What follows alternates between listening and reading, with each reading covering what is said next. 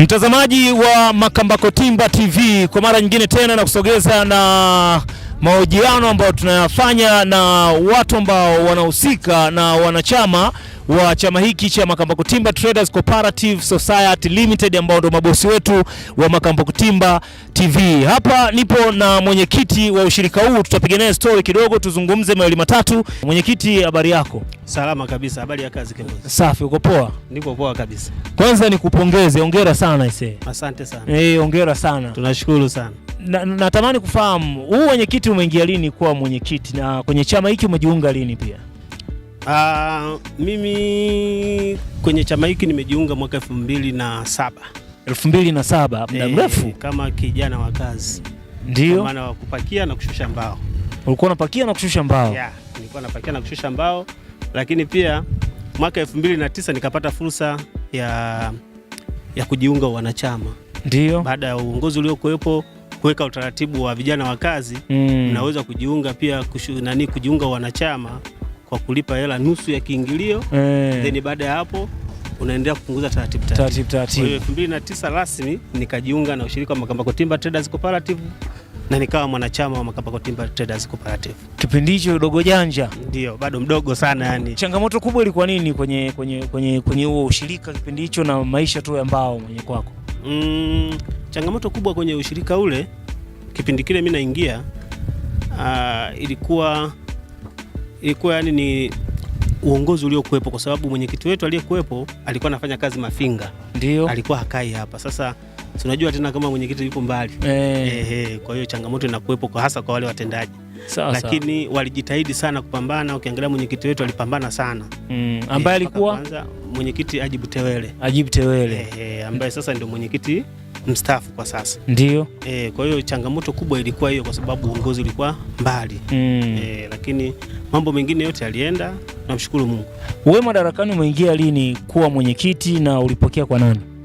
Mimi madarakani nimeingia mwaka 2014. 2014. Yep. Ambapo ulimpokea nani? Nilipokea kutoka kwa Ajibu Tewele. Ajibu Tewele. Ndio. Hivi nimeona kwenye kitabu pale Ajibu Tewele alianza 98 mwenyekiti au 2000? Yeah.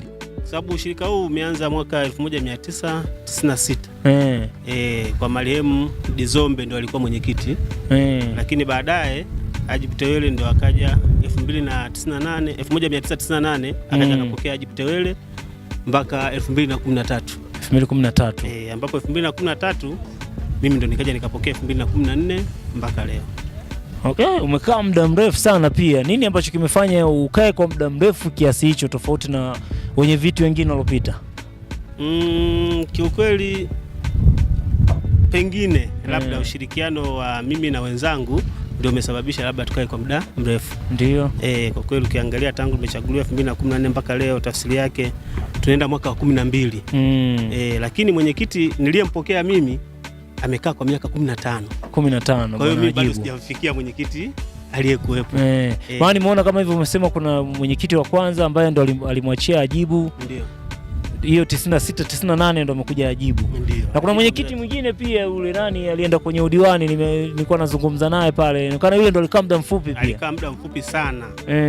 Lakini pia ukiangalia 2012 uongozi baada ya kuyumba kidogo ukafanyika ule uchaguzi wa Ukawa. Ndio. Sasa yule ambaye ni mhasibu sasa hizi ndo alikuwa mwenyekiti. Uchaguzi wa Ukawa ukiwa unamaanisha nini? Kwa maana ya kwamba 2012 mambo yaliyumba kidogo kwenye ushirika wetu. Na kutokana na sababu zile ambazo mwenyekiti alikuwa parefu, kwa hiyo utendaji wa kazi ukawa unalegalega kidogo. Kwa hiyo baada ya kuwa vile vijana sisi Gen Z tukaanzisha kitu kinaitwa Ukawa, na hilo jina Ukawa lilikuwa maarufu kwa sababu kipindi kile kwenye mambo ya siasa na kwenye kulikuwa kuna hicho kitu cha Ukawa. Waliungana vyama vya upinzani wakawa wanajiita Ukawa. Ndio. Ili waweze kupambana na chama tawala. Ndio. Kwa hiyo na sisi tulitumia kama hilo jina, tukaanzisha umoja wetu sisi ambao leo pengine tunasema ni Gen Z. Kwa hiyo pale alichaguliwa mwenyekiti Frenki Gadao ambaye ndio mhasibu mpaka sasa. Na mimi nilikuwa mhasibu kwenye kipindi hicho. Lakini 2014 ndio tukaja tukafanya uchaguzi maalum kabisa, ambao sasa huo ni wa kisheria, ndio tulipoingia sisi. Kuna watu nilikuwa naona hapa wanashangaa, yani watu ambao wametoka kwenye huu ushirika ambao tunasema ni waasisi, wanashangaa kwamba kuna mambo makubwa sana ambao wameyafanya. Yani kama hivyo, wanasema kuna eneo ambalo umenunua huko, wanashangaa, naona kuna vitu vingi vya tofauti ambavyo vinafanyika. Nini siri ya mafanikio labda? Kwa kweli siri ya mafanikio ni mshikamano. Umoja tulioujenga na mshikamano, lakini pia unapopata nafasi ya kutoa wazo kwa wanachama wanalipokea, then tunashirikiana pamoja, kila kitu kinaenda. Kwa hiyo hiyo ndio siri kubwa sana ya mafanikio. Kwa sababu kwenye eneo lolote au taasisi kubwa kama hii, ili mambo yaweze kwenda lazima muwe na mshikamano. Ujenga kwa wanachama na elimu tunazidi kutoa kwa wanachama, basi unajikuta wanachama wanapambana kweli kweli. Na kiukweli nitumie fursa hii kuwashukuru sana wanachama. Kwanza bodi yangu mimi kwa ujumla, lakini na kamati zake zote za ushirika huu, lakini pia na wanachama kwa ujumla, kwa sababu kila kitu ambacho labda bodi tunakuwa tumepanga tukiwapelekea, basi wanatuunga mkono kwa 100%, then tunafanya na mambo yanaenda. Kwa hiyo katika hilo kiukweli mimi niwapongeze sana wanachama, na kikubwa tuendelee kushikamana, kwa sababu bado hatujafika mwisho, tuna safari kubwa sana mbele ya safari. Ni wakati nazungumza pia na baadhi ya wanachama, nauliza leo funga mwaka, kwa nini imekuwa funga mwaka? Wanasema ni maono tu ya mwenyekiti, sio wenyewe tuliona tu mwenyekiti anatuletea maono na tumeona ni jambo zuri na wamefurahi sana. Ilikuwaje yani mpaka unapata maono haya kwamba leo inabidi tualike waasisi, tuzungumze nao, tule chakula cha pamoja, tufunge mwaka kwa pamoja? Na nadhani ni mara ya kwanza imefanyika leo hii tarehe 19 mwezi wa 12 2025. Nini ambacho kilikusukuma na ukapata wazo hili? Kwanza kitu cha kwanza kilichonisukuma ni baada ya kuona sasa tumekaa kwa muda mrefu. Tangu tunapokea sasa hizi natimiza miaka 12. Nikapiga hesabu sasa hapa tunafanyeje? Tukaja na wazo la kuwa na kitu ambacho kitakuwa kina brand ushirika wetu. Ndio maana tukaja na wazo la kuandaa kalenda ya ushirika. Lakini baada ya kuandaa kalenda ya ushirika tukaandaa kitabu kidogo cha kumbukumbu ya historia ya Makambako Timber. Kwa hiyo baada ya kuandaa hiyo, lakini pia tukawa tumeplani kuanza tutengeneze kikombe. Kikombe ambacho kitakuwa kinaendelea kubrand ushirika zaidi. Ndio. Sasa baada ya hayo yote tukawaza sasa tunafanya hivi, hasa baada ya kwanza kutafuta ile historia ya Makambako Timber, ndio tukaja kuwakumbuka waasisi sasa kwamba lakini pamoja na haya yote leo sisi tunaona kama tumefanya mafanikio, kuna watu nyuma yetu ambao walituachia sisi, walitulisisha sisi hichi kitu, ndipo tukakumbuka kwamba tuna waasisi wetu. Ni kweli waasisi wapo wengi, lakini tukasema hapana, kwa kuanza mwaka huu basi tuwaalike waasisi watano. Tuwaalike waasisi watano kwa umuhimu wa ushirika waliokuwa nao ndani ya ushirika. Kwa hiyo tukapendekeza tumwalike mwenyekiti ambaye alituachia ushirika wetu, ambaye ni mwenyekiti mstaafu Haji Mtewele, lakini pia tuwaalike makamu wawili wenye viti ambao walikuwepo waasisi, lakini tumwalike na mjumbe wa bodi na yule aliyewahi kuwa mwenyekiti wa pili ambaye alikaa kwa muda mchache zaidi. Kwa hiyo wazo ndio lilianzia hapo, basi tukashirikishana na wenzetu kama bodi, wakaona ni jambo jema. Baada ya hapo basi tukawapa mwaliko na wenyewe walifurahi sana. Kwanza walishangaa kwa sababu ni kitu ambacho hakipo kisheria, wengi wanasema wakajua labda tunaenda kuipelekana polisi kutokana na mali ambazo mnamiliki pia. Unaweza yani wengi walikuwa wanafikiria kwa sababu mwaka 2012 nilisema ushirika uliumba kidogo. Kwa hiyo sasa wengi walikuwa wanafikiria labda kupitia lile mpaka tunaachana, lakini kumbe ilikuwa sio lengo. Tumewaita ili tuweze kufurahi, lakini tuonane nao, tufurahi, tule pamoja, lakini tufunge mwaka kwa furaha na sisi ushirika wetu upate baraka pia kutoka kwao.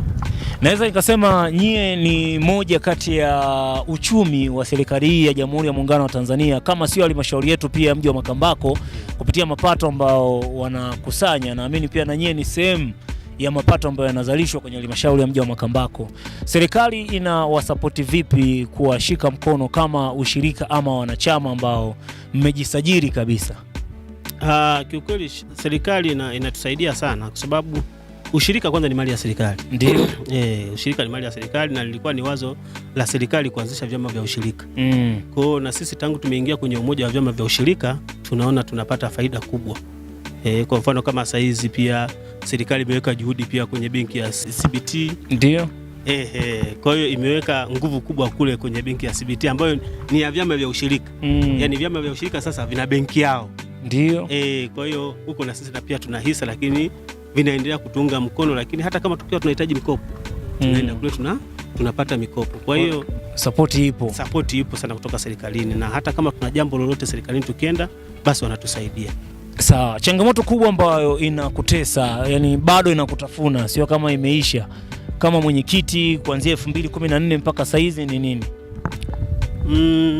Changamoto kubwa tulionayo ni kuhusiana na biashara yenyewe. Ndio. Biashara yenyewe ambao tunaoifanya, kwa sababu ushirika wa Uzambao Makambako Timber Traders Cooperative inafanya biashara ambao.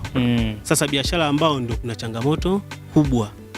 Na changamoto kubwa kwenye biashara ambao nadhani ni mfumo wa kodi hapa tumefanya bunge kama limepitisha sheria mpya ambazo zitaanza kutumika Januari. Kama endapo zitatumika kweli kwa wale mapendekezo ambayo tumeyatoa, basi sisi itakuwa afadhali zaidi, kwa sababu hicho ndio changamoto kikubwa, kwa sababu unajikuta hizi mbao wewe unaenda polini unanunua unakuja kuleta hapa, lakini mwisho wa siku unapokuwa barabarani umetoa polini, serikali wao wanataka uwe na risiti ya VAT, uwe na yani hapo mengi sana. Sasa kupata risiti, kwa sababu kule polini kupata risiti huku ni shida, yani kule polini kwa sababu ni wakulima wadogo. Kwa hiyo sasa kupata risiti inakuwa ngumu sana, kwamba mtu anaweza kuvuna miti leo akaja kuvuna miaka 10 ijayo. Kwa hiyo sasa inakuwa shida. Kwa hiyo sasa tulipendekeza sisi kwamba serikali basi ibadilishe mfumo wa kukusanya kodi, kwa sababu kikubwa lazima kila mmoja alipe kodi. Ndio. Kwa hiyo ibadilishe mfumo wa kukusanya kodi, badala ya kuomba risiti kutoka kwa mkulima, basi sisi tuchangie kutokana na gari ambazo zinabeba. Yani tulikuwa tumependekeza sisi mapendekezo kwamba kwenye semi tuchangie shilingi 200,000 tuipeleke moja kwa moja serikalini, lakini tukishachangia hapo kusiwe kuna makadirio tena ya kodi, sijui kuna malisiti, hapana.